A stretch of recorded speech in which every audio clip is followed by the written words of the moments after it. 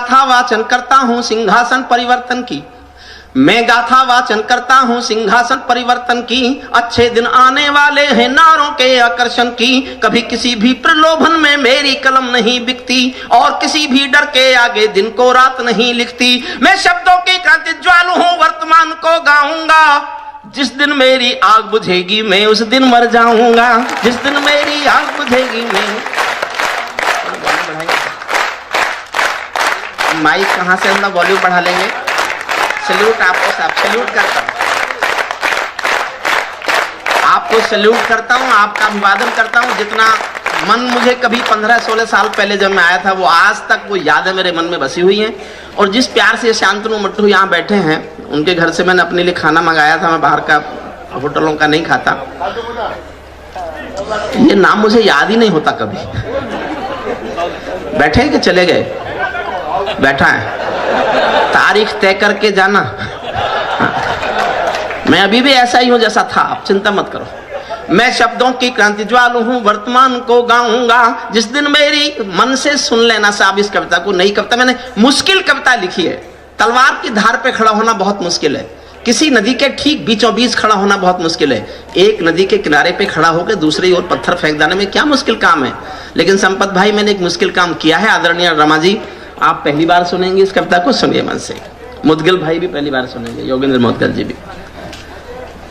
मैं शब्दों की क्रांति ज्वालू हूं, वर्तमान को गाऊंगा। जिस दिन मेरी आग बुझेगी मैं उस दिन मर जाऊंगा। सत्ता का आकर्षण मेरी भूख नहीं, सत्ता का आकर्षण मेरी। इसका वॉल्यूम बढ़ा सकते हैं क्या?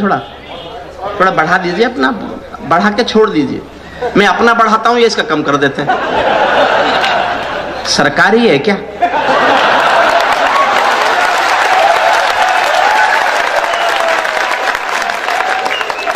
साहब, अगर कविता के लिए इतना प्यार करने वाले, कविता के संस्कार को जीने वाले और कविता से इतने लोग लगाव करने वाले, इतने हजार लोग अगर रात भर कविता के लिए बैठ सकते हैं, तो कविता को किसी से डरने की जरूरत नहीं है। कविता का संस्कार जिंदा रहेगा। संपत जी, मीडिया हमारा संस्कार नहीं छीन सकता। वो मीडिया पर आने वाले कार्यक्रम, कॉमेडी सर्कस, लाफ्टर शो, वो तो 31 दिसंबर को शराब के नशे में डूबे हुए डिस्को हैं। और ये कविता तो नव संवत्सर की शाश्वत धारा है, जिसको जालौर जैसे लोग जीवित रखेंगे, जिंदा रखेंगे, कभी नहीं मरने देंगे। इतना बड़ा उत्सव, किसी नेता की सभा में इतनी बड़ी भीड़ नहीं होती जितनी कविता सुनने के लिए जालौर में भीड़ आई है। इसलिए मैं अभिवादन करता हूं आपका सभी। सत्ता का आकर्षण मेरी भूख नहीं, शाल दुशाला चंदन मेरी भूख नहीं। सरकारी अभिनंदन नहीं चुने मैंने, सरकारी अभिनंदन नहीं चुने मैंने। राजनीति के बंधन नहीं चुने मैंने, कलम सिपाही बनकर जिंदा रहता हूं। और ये मैंने कविता तब लिखी साहब, ये गर्वोक्ति नहीं है। दिनेश चाहते होते बता सकते थे तुम्हारे 280 जीते जरूर, लेकिन एक अकेला हिंदुस्तान में मैं था जिसने हिंदुस्तान में संसद जाने का टिकट मना किया। मिलने के बावजूद, मिल जाने के बावजूद मना किया। और इसलिए मना किया ताकि मैं ये कविता लिख सकूं जो मैं आज आपको सुनाना चाहता हूं। सुनना है। सत्ता का आकर्षण मेरी भूख नहीं, शाल दुशाला चंदन मेरी भूख नहीं। सरकारी अभिनंदन नहीं चुने मैंने, राजनीति के बंधन नहीं चुने मैंने। कलम सिपाही बनकर जिंदा रहता हूं, भूखे बच्चों से शर्मिंदा रहता हूं, भूखे बच्चों से शर्मिंदा। 4 लाइन में कविता का शीर्षक लिखता हूं, संपत को सौंपता हूं और आप सबका मन मांगता हूं। आपको लगे मैं ये जिंदगी में ये धर्म जीना चाहता हूं बस। कलम सिपाही बनकर जिंदा रहता हूं, भूखे बच्चों से शर्मिंदा रहता हूं। पगडंडी से लाल किले तक जाता हूं, झुग्गी झोपड़ियों के आंसू गाता हूं। लेकिन दरबारों में कवि का शीश नहीं झुकने दूंगा, कविता का सिंहासन से संग्राम नहीं रुकने दूंगा। कविता का सिंहासन से संग्राम नहीं, कविता का सिंहासन से संग्राम नहीं, कविता का सिंहासन से संग्राम नहीं रुकने। मुझे लग रहा है इस कविता का ठीक लोकार्पण आज हो रहा है। मुझे तो यहीं से प्रारंभ करना चाहिए था। कविता का सिंहासन, हुजूर बैठ जाओ प्लीज। मैंने जिन सरकारों पर लिखा वो बैठ गई, बैठ जाओ। कविता का सिंहासन से संग्राम नहीं रुकने दूंगा। भारत माँ के घर में नया बसंत दिखाई देता है, आप कविता सुनना एक एक लाइन में। भारत माँ के घर में नया बसंत दिखाई देता है, वंशवाद की परंपरा का अंत दिखाई देता है, वंशवाद की परंपरा का अंत दिखाई।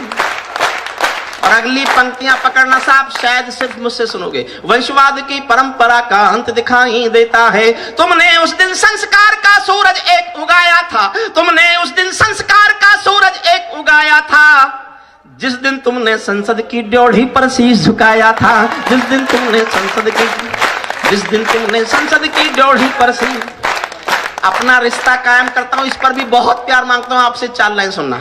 जिस दिन तुमने संसद की ड्योढ़ी पर शीश झुकाया था, बहुत बधाई देता हूं मैं परिवर्तन के नायक को, लेकिन कैसे मर जाने दूंगा आंसू के गायक को। आप विजय के जननायक हो, मैं पीड़ा का गायक हूं, आप राजपथ के नायक हो, मैं जनपथ का नायक हूं, आप राजपथ के नायक हो, मैं जनपथ, आप राजपथ के नायक हो, मैं जनपथ का नायक हूं। निर्वाचन ने सौंपा है सम्मान तुम्हारे हाथों में, निर्वाचन ने सौंपा है सम्मान तुम्हारे हाथों में, लोकतंत्र की मां संसद का मान तुम्हारे हाथों में, लोकतंत्र की मां संसद का मान तुम्हारे हाथों में, संविधान के पालन का अरमान तुम्हारे हाथों में, तिलक गोखले गांधी का वरदान तुम्हारे हाथों में, अमर तिरंगे की सौंपी है शान तुम्हारे हाथों में, सौंप दिया है पूरा हिंदुस्तान तुम्हारे हाथों में, सौंप दिया है पूरा हिंदुस्तान, सौंप दिया है पूरा हिंदुस्तान तुम्हारे हाथों में। जनादेश में बैठ जाओ बेटा, यही बैठो, अब उठना मत वरना मणिपुर में मंत्री बनवा दूंगा। जनादेश में आज आपकी सबसे ऊंची थाती है, और पंक्ति का आनंद लेना। जनादेश में आज आपकी सबसे ऊंची थाती है, दिया तुम्हारा तेल तुम्हारा और तुम्हारी बाती है, दिया तुम्हारा तेल तुम्हारा और तुम्हारी बाती है। आज आपके कर कमलों में टूटी हुई कमान नहीं, और पदों के नीचे कोई गिरता हुआ मचान नहीं, आज आपके ऊपर नभ है, नीचे ठोस धरातल है, और आपकी सौगंधों में गंगा मैया की जल है, और आपकी सौगंधों में गंगा मैया। एक पंक्ति पर मन मांगता हूं, ठीक लगे तो ताली बजाना, मेरी बात ठीक ना लगे तो चुप रहना, मैं कल से बदल दूंगा लाइन। सचमुच मैं आपकी राय पर निर्भर करूंगा, मैं जालौर की जनता की राय मांगता हूं, मेरी बात ठीक लगे तो इतना आशीर्वाद देना कि मैं पूरे देश में चिल्ला के इस लाइन को पढ़ूं, और आपका आशीर्वाद नहीं मिलेगा तो मैं वचन दे के जाता हूं, कल से इस लाइन को कविता से निकाल दूंगा। आज आपके ऊपर नभ है, नीचे ठोस धरातल है, और आपकी सौगंधों में गंगा मैया का जल है। विजय किसी की नहीं, विजय ये सिर्फ नमों के यश की थी।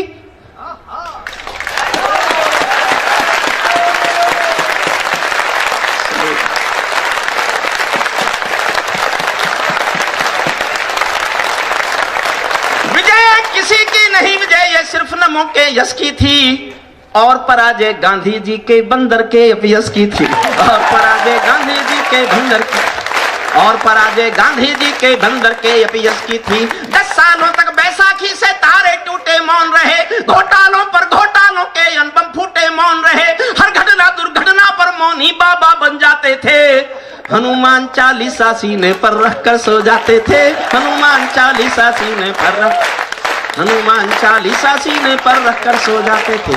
जिस ईमानदार के घर में कोई दलाली पलती हो, उस दब्बू ईमानदार के पाप नहीं छिपने दूंगा, कविता का सिंहासन से संग्राम नहीं रुकने दूंगा, कविता का सिंहासन से संग्राम। एक छंद हुआ, 4 छंदों की कविता, दूसरा सुनिए। आज आपके रथ के सारे घोड़े हिम्मत वाले हैं, कुछ साधुओं को छोड़कर। अगर वो जुबानें बंद कर दी होती तो आज किसी मुर्गे को कलंगी नहीं बनती। आज आपके रथ के सारे घोड़े हिम्मत वाले हैं, गायत्री के गंगा माँ के गैया के रखवाले हैं, भूल न जाना माँ गंगा के घाटों की पावनता को, बूढ़ी माँ के आशीषों में छिपी हुई मानवता को, बूढ़ी माँ के आशीषों में। मैंने जीवन में केवल 2 लोगों के साथ काम किया है। जब मैं पढ़ता था LLM में, तब मैंने जेपी के आंदोलन में हिस्सा लिया। मीसा भोगा है मैंने जेपी के आंदोलन में हिस्सा लेकर। जेपी के आंदोलन की कोख से ऐसी पार्टी निकली थी जिसने पूरे हिंदुस्तान पर राज किया था। अन्ना के आंदोलन की कोख से ऐसी पार्टी निकली है केवल एक म्यूनिसिपैलिटी पर राज करती है। जिसका बजट बंबई की नगर पालिका से कम है। जेपी के साथ काम किया, मीसा भोगा मैंने, या उसके बाद मैंने काम किया जेपी के आंदोलन की कोख से भी दो चीज पैदा हुई थी, जनता पार्टी, हरिओम पंवार। हरिओम पंवार आपके सामने, जनता पार्टी का मुझे पता नहीं है क्योंकि ऐसी पार्टियों का पता नहीं रहता। दूसरा मैंने काम किया एक साधु के साथ। मुझे लगता है, आज भी लगता है कि वो आदमी जन जागरण का काम करके योग के माध्यम से हिंदुस्तान के गरीब जनता को स्वास्थ्य दे सकता है, इसलिए मैंने काम किया। उनके राजनीतिक महत्वाकांक्षा मुझे नहीं पता, उनसे मेरा सरोकार भी नहीं है, इसलिए मैं उनका समर्थन उतने तक करता हूं जहां तक उनका रोल था। आपको लगे कि मैंने उनके रोल पर टिप्पणी ठीक है तो सुनिएगा। सिंहासन का हिस्सा बांटो तुम उसको चाहो जिसको, सिंहासन का हिस्सा बांटो तुम उसको चाहो जिसको, भूल न जाना रामदेव के स्वाभिमान की कोशिश को, जिसके अंदर संघर्षों का एक पुरोधा बैठा है, जिसके अंदर युग परिवर्तन का एक योगा बैठा है, जिसने काले धन पर घर घर जाकर अलग जगाया था। बाबा ने परिवर्तन का मौसम अनुकूल बनाया था। बाबा ने कथनी करनी का भेद मिटाकर दिखा दिया। वंशवाद को राजमहल से दूर बिठाकर दिखा दिया। वंशवाद को राजमहल से दूर बिठाकर, वंशवाद को राजमहल से। और दो लाइन पढ़ता हूं साहब, ये मेरे छोटे भाई बताते हैं, संपत जी बताते हैं, मौदगिल जी बताते हैं, आजाद बताता है कि जब मैं जवान था तो मैं हिंदुस्तान में कवि सम्मेलनों में तालियों के पहाड़ खड़े किया करता था।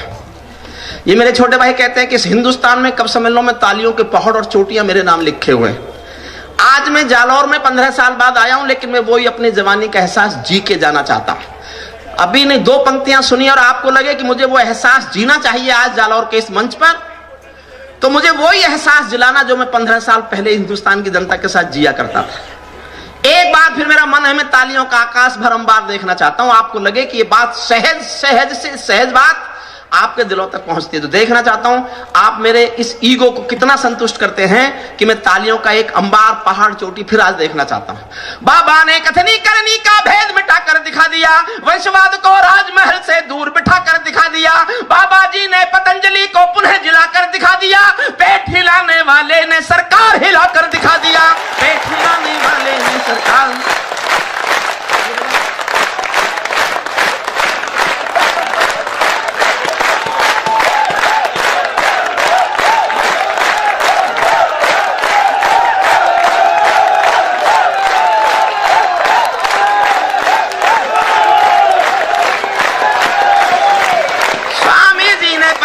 को पुनः जिलाकर दिखा दिया। पेट हिलाने वाले ने सरकार हिलाकर दिखा दिया। ये भारत को जगत गुरु का मान दिलाने वाले हैं। आज नहीं तो कल पूरा संसार हिलाने वाले हैं। आज नहीं तो कल पूरा संसार हिलाने। जब चाणक्य शिखा खुलती है नंदवंश कट जाता है। जब चाणक्य शिखा खुलती है नंदवंश कट जाता है। मैं चंद्रवरदायी कुल का धर्म नहीं मिटने दूंगा। कविता का सिंहासन से संग्राम नहीं रुकने दूंगा। कविता का सिंहासन से संग्राम नहीं। तीसरा छंद सुनिए, अब मेरा हरिओम पंवार लौटता है। बस मैं इतनी देर तटस्थ रह सकता था, और कैसे लौटता है देखना चाहता हूं। आप मेरा कितना साथ देते हैं। हमने बहुत व्यथा, संपत जी आप भी ताली बजाओ। मैंने आपके उस लेख पर तालियां बजाई जो मेरी समझ में नहीं आया। ये अदला बदली करना पड़ता है।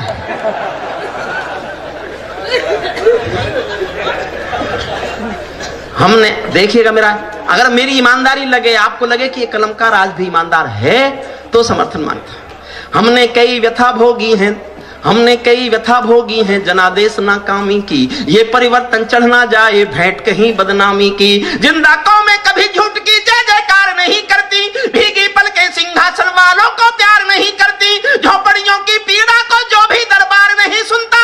लाल किला भी उसका भाषण बारंबार नहीं सुनता। लाल किला भी उसका भाषण, लाल किला भी उसका भाषण बारंबार नहीं सुनता। इस सवाल का उत्तर क्या है मैं किसको समझाऊं क्या। इस सवाल का उत्तर क्या है मैं किसको समझाऊं क्या।